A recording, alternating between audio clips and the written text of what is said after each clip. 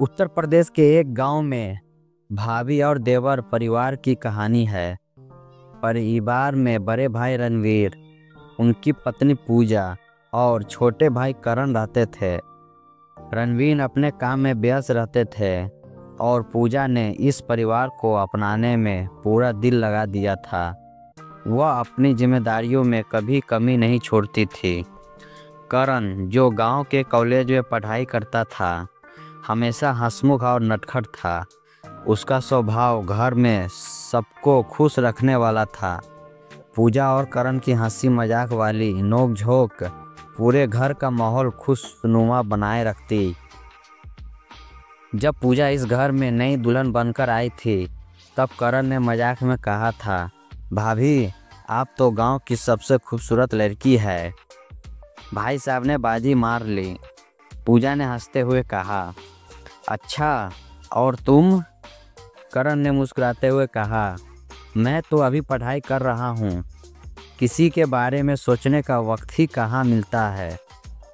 इस पर पूजा ने उसे डांटते हुए कहा, पढ़ाई पर ध्यान दो, तभी तुम्हारा भविष्य बनेगा।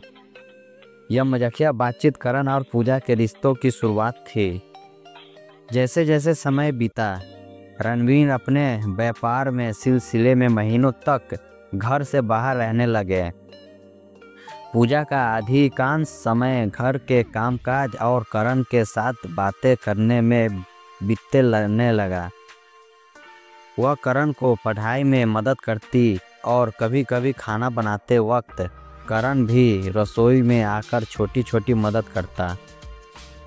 एक दिन करण ने पूजा से कहा, भाभी, आप बहुत अच्छा खाना बनाती है। अगर मैं किसी को अपने जीवन में चुनूं तो मैं आप जैसी लड़की ही चाहूँगा।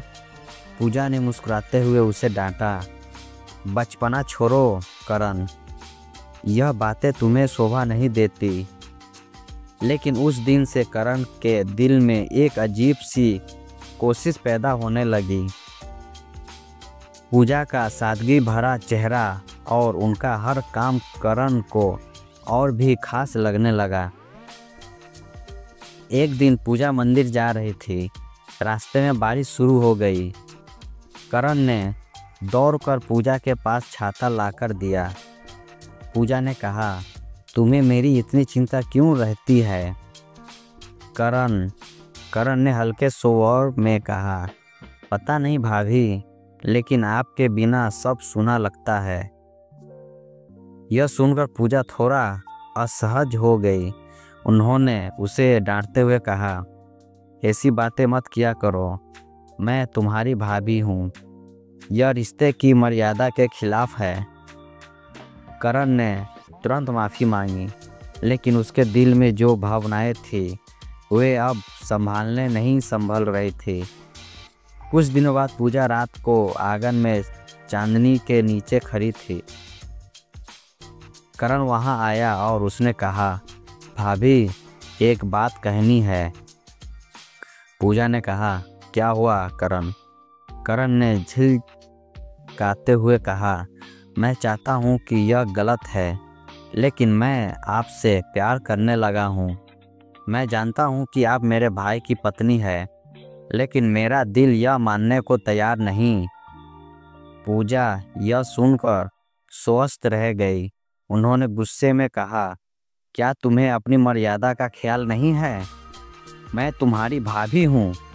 यह रिश्ता सिर्फ एक सीमा तक ही रह सकता है।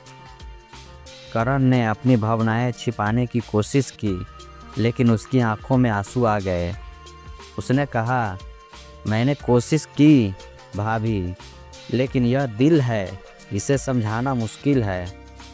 पूजा के दिल में भी करण के लिए एक कोमल भावना जन्म ले चुकी थी, लेकिन उन्होंने इसे स्वीकार नहीं किया। वह अपनी जिम्मेदारियों और समाज के डर से घबराई हुई थी। पूजा ने अपने आसपास से कहा, मुझे अपने पति और परिवार की कमियां को बनाए रखना है। करण का प्यार सच्चा हो सकता है, लेकिन यह गलत है। मुझे इसे रोकना होगा। कुछ दिनों बाद रणवीर घर लौट आए। करण ने पूजा से मिलना बंद कर दिया। वह खुद को इसी रिश्ते से दूर करने की कोशिश करने लगा। एक रात पूजा ने करण से कहा, करण, मैं तुम्हें अपनी बात समझाने आई हूँ। हमारा रिश्ता कभी उस सीमा को पार नहीं कर सकता जिसे समाज ने तय किया है। तुम मेरे छोटे भाई जैसे हो, प्लीज़ इसे समझो और आगे बढ़ो। करण ने भारी मन से कहा, मैं समझ गया भाभी, मैं आपके और भाई साहब के लिए अपने दिल को समझाने की कोशिश करूँगा। करण ने पढ़ाई पूरी करने के बाद गांव छोड़ दिया।